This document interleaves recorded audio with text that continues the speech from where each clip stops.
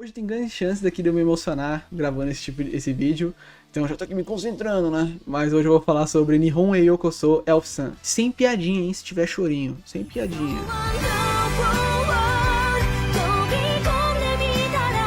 Sim, eu vou falar sobre um anime legalzinho de romance, que tem uma premissa tranquila e que de fato conseguiu se concretizar pra mim tranquilamente. Vou começar logo tirando o elefante da sala, que é a parte que mais me incomoda nesse anime, que é a infantilização da personagem. Por ela ser uma elfa, que não, ela é mais velha, tem mais vivências, tem tudo mais que se imagina no mundo de fantasia, mas a todo momento é colocado uma personalidade, ela é colocada como uma pessoa mais infantil mesmo, né? Eu acho que nos trejeitos mesmo, ela vai ser mais bobinha e tudo mais, mas eu acho que...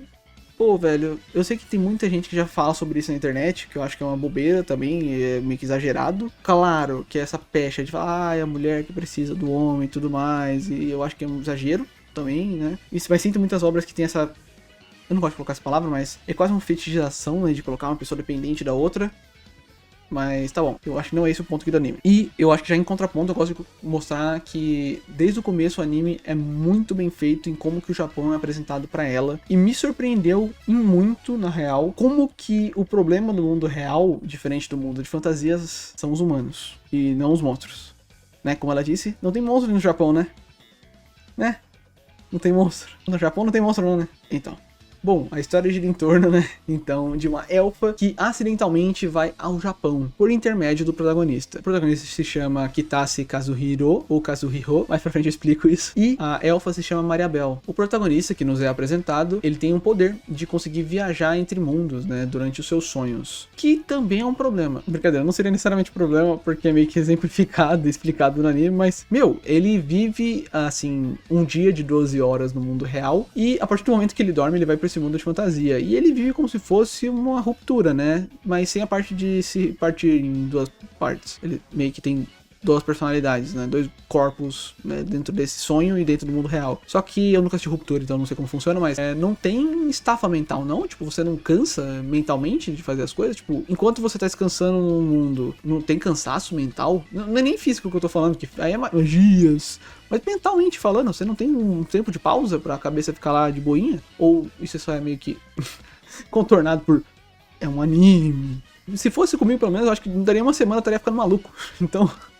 é isso. Mas se bem que, como eu disse, no anime é exemplificado como um mundo de sonho. Então é de fato um sonho, não é? Não é um sonho, mas... você entendeu o que eu tô falando, né? Tirando essa maluquice, esse alelo maluco que eu acabei de fazer... a forma como ele consegue trazer ela pro Japão é pelo mesmo fato dele não conseguir morrer em um sonho, tá ligado? Esse pessoal que fala que você não tem como morrer num sonho, porque você não tem como projetar como seria após a morte. Pelo menos é o que deu a entender, tá? Ele não consegue morrer no sonho pelo que eu tirei de conclusão. Não é explicado no anime, é teoria aqui ó, Juliano Teorias. E quando ele morre abraçado com ela, ela vem pra esse mundo real do Japão. É o nosso mundo, no caso, né? O mundo real é o dela, pra ela, né? Então, o mundo dele, é o mundo dele. Bom, eles morrem por causa de um dragão, né? Essa dragoa, pra ser mais exato, que me incomoda muito, essa arquidragoa. Até a terceira aparição. Depois ela parece que, como eu posso explicar, ela muda completamente de personalidade. Acho que, de fato, o autor deu, de fato, uma modificada na personagem e tem um ponto de que ela virou mãe. Muitas pessoas, eu já escutei isso muitas vezes na minha vida, que você muda completamente a partir do momento que você vira mãe, que vira pai. Dizem que pai, pouco menos, mas mãe muda muito quando uma mulher vira mãe. Tem um pequeno ponto, né, que a partir do momento eles começam a trazer ela também pro mundo real e ela continua com os poderes. Foi o primeiro momento que apareceu isso. Foi dito no começo do anime que a Mariabel conseguia sentir os espíritos do Japão, que eu acho muito legal essa parte de espiritualidade, né, como sentir os espíritos das árvores e tudo mais, é bem legal. Mas a dragoa veio como um bichaço foda que ela é, tá ligado? Ela tem poder mesmo. E foda-se, tá ligado? E muda muito a estrutura do anime isso também, porque começa a mostrar mais a fantasia no mundo real, e não no sentido de poderzinhos e piu-piu-piu, não, no sentido de o quanto que a realidade consegue ser uma fantasia muito foda ao mesmo tempo. Um anime de romance, a princípio, parecia ser extremamente monótono e parado. Eles começam a inserir, a partir da terceira aparição do Dragoa, que é lá pra metade pro final do anime, diálogos sobre romance, falar abertamente sobre as coisas, o que eu não tava esperando mesmo. Tipo, mesmo, conversar abertamente, não sobre isso que vocês estão imaginando, mas desenvolver, e não diretamente um com o outro, né, do casal, mas sim falar sobre sentimentos, expressar publicamente pra outro personagem o que você tá sentindo. Isso é uma coisa que, meu amigo, melhorou muito o anime. Não, muito mesmo. E tudo por causa da personagem que eu não tinha gostado no começo, que é a Dragoa. Cara, é muito legal ver como que ela é, do meio pro final, ela é tratada mesmo como uma entidade. Ela deixa de ser essa pessoa mais emotiva, bobona, que é o começo, pra virar o personagem foda que ela é, que é esse ser ancestral, poderoso, forte e tudo mais. Fazer piadas mesmo com coisas sérias mesmo, até com o ponto que ela é uma mãe solteira, querendo ou não, né? E é muito bom, muito bem feito mesmo. É muito bem feito. Ah, esqueci de falar, o nome dela é Wildra, né? Ou Wildra, para ser mais exato. E ela, de fato, é um personagem que evoluiu e desenvolveu o casal junto com ela. Todo esse desenvolvimento só pode ser notado por causa dessa personagem, isso é bem legal. E sim, a partir do momento que começa a ter esses poderes, escaralha tudo. Antes você tinha bem determinado. Dormiu, vai pro bagulho, acordou, vem pra cá. E é isso. Depois que ela começou a vir, meu amigo, acho que o protagonista começa, mano, vou tirar um cochilinho pra ela chamar ela, meu amigo. Aí ele dorme, vai lá, chama ela no sonho e volta pra casa, tá ligado? É muito bizarro. Eu nem sei como que isso poderia ser feito, mas conseguem fazer isso. Tanto que eles dão umas desculpinhas melhor depois, né? Depois dessa cena que ele literalmente faz a janta, aparece no mundo da fantasia, chama ela pra jantar, aí muda. Aí muda. Eles colocam ela, conseguem colocar um companion, né, um familiar gato lá, pra, né, caso precisasse, ela conseguiria fazer isso. Outra coisa que eu acho muito interessante desse anime é que ele consegue mostrar pra gente coisas interessantes sobre coisas comuns do mundo real, como você comemorar ter um feriado prolongado, ou o trem bala por si só, né, que é o Shinkansen, eles colocam como nossa, que foda, eu vou ter um feriado prolongado, e ela fica tipo, tá, e isso é muito legal para um salaryman ter um feriado, né? Legal, tipo, e daí? Tá ligado? Como eu disse, né? Depois eles mostram também o trem bala, que aí de fato ela se interessa, né? Sobre essa viagem muito foda, muito rápida, de um mecanismo que consegue. E sim, trem magnético é magia. Eu, sendo formado em elétrica, eu continuo achando isso uma putaria de magia. Moleque, imagina assim, ó. Você tem, ó, eu vou explicar o que acontece. Você tem um bicho gigantesco, pesado, que quando ele tá aqui na barra, essa barra, do nada, ela faz assim, ó, ele levanta e começa a ir, mano. Sem encostar em nada. É magnético. O bagulho é magia, mano. Isso aí é magia. E aí, como que freia? Imagino eu. Eu não imagino, assim, fisicamente falando, eu imagino que possa ser freando, encostando mesmo. Ou eles vão diminuindo o magnetismo e vai soltando, tipo, sem acelerar. E, mano, é muita loucura. Cara, é muita loucura. E isso é muito maneiro. E mostrar como, quando eu fiz elétrica, né, a gente brincava muito durante as aulas falando sobre isso, que, cara, a gente tá aprendendo magia. Algumas das explicações de elétrica, funções de magnetismo, funções de como funciona campo magnético e tudo mais, parece muito balela. Nossa, mas parece muito... Cara, os caras estão querendo me convencer que um elétron pula de área. Não tem, mano. Isso aqui é tudo magia. Cara, isso é muito legal. Isso é muito legal mesmo, tá? Você conseguir convencer que o mundo real consegue ser muito interessante nesse sentido. Física, nesse sentido, eu aprendi a gostar por causa do meu curso. Nunca tive interesse em fazer elétrica, acabei fazendo e achei interessante. Então, estudem. Física é muito maneiro, parece magia. De tudo isso, eu acho que tá bem exemplificado que ele é um anime muito tranquilo. Tem momentos que eles pintam uma ideia de querer colocar lutinha, mas não é esse o ponto mesmo do anime, mesmo. E eu gosto muito de como alguns animes me ajudam mesmo a aprender japonês. E eu acho que esses animes que se encaixam nessa categoria, ele é um deles, que é animes que me ajudam mesmo. Eu digo aqui pra vocês, animes estão me ajudando a aprender japonês, eu estou estudando mesmo japonês nesse sentido. Mas esse aqui ele poderia dizer que ele ajuda nesse sentido de uma forma mais rasa, né? Ele me desperta esse tipo de sentimento mais por entender a fantasia desse mundo, necessariamente, do que a parte de aprendizado, porque ele não é muito didático nesse sentido. Ele não mostra muito didaticamente como que alguém aprende, e sim passos que ela está aprendendo. Eu acho que seria uma coisa que se eu fosse reclamar desse anime, né? Se eu fosse reclamar nesse sentido, ele poderia ser um pouquinho mais didático. Mas é porque eu queria, né? Mas é isso pra mim. Seria pra mim que eu acharia interessante, né? Não é uma crítica ao anime necessariamente. E eu acho que Yotsubato sempre dizem que é maravilhoso porque quer aprender e eu nunca li. Pra você ter uma ideia, vilão mesmo, só aparece nesse anime muito tarde. Lá pro episódio 8, tá ligado? É muito final já. E não é um vilão, meu Deus, estou acabando com o mundo. É mais uma escadinha, né? Pra esse desenvolvimento. Esse anime, ele tá muito mais pra um slice of life do que uma fantasia, entendeu? Uma aventura mesmo. Acho que é meio lógico. Isso não tem muito que eu ficar exemplificando ou discutindo sobre isso. Agora eu quero fazer um comentário aleatório que não muda em nada a sua experiência com ele. Eu achei muito legal a pseudo-índia que é mostrado no anime. Que é uma pseudo-índia misturada com um monte de país do Oriente Médio, que é uma mistura também de países asiáticos que acaba sendo porra nenhuma. Assim como no eles vão mostrar países da América do Sul, que acaba sendo uma mistura de Peru, Argentina, Brasil e uma porrada de coisa e não mostrando nada certo. Achei legal. Sim, isso acontece, muito. Muito mesmo. Agora tá melhorando um pouquinho, mas eu tinha visto o pessoal, acho que era indiano, falando sobre isso, que quando eles vão mostrar uma coisa que se passa na Arábia ou no Egito, qualquer coisa do tipo, acaba sendo uma mistura de uma porrada de coisa e não sendo nada. E sim, eles fazem uma referência a Salaryman, a série de animes assim, nossa, 3 animes que não tem nada a ver um com o outro, que são uma série, acho muito bom. Fica aí a dica de assistir o vídeo, muito bom, mas tem sim referência, falando sobre Salaryman. Falando um pouquinho sobre a abertura desse anime, é muito fofa mesmo. O encerramento ainda mais fofo, ainda, né, necessariamente, porque os dois cantando, né, eu acho que o protagonista e a Elfa cantando, eu acho. Pode ser que eu estou falando de sério, mas parece ser, ou deu a ideia de ser, então já pra gente já tá bom. Até a transição desse anime é fofo, que mostra como se fosse eles fazendo coisas, viagens ou coisas do tipo no Japão. E sim, tá anotado aqui como, na parte do meu roteiro, como oxi, do nada meter uma parte do anime que é o protagonista triste, passado triste. Foi do nada.